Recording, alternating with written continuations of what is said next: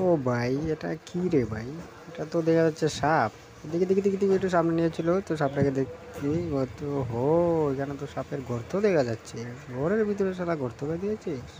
দাঁড়া শালা, তোকে আমি বার করছি কীভাবে বার হচ্ছে। তো বন্ধুরা দেখো, সাপটা ঘরের ভিতরে, কিন্তু গর্তের ভিতরে, ঠিক আছে। তো দেখে সাপটা কি করছে।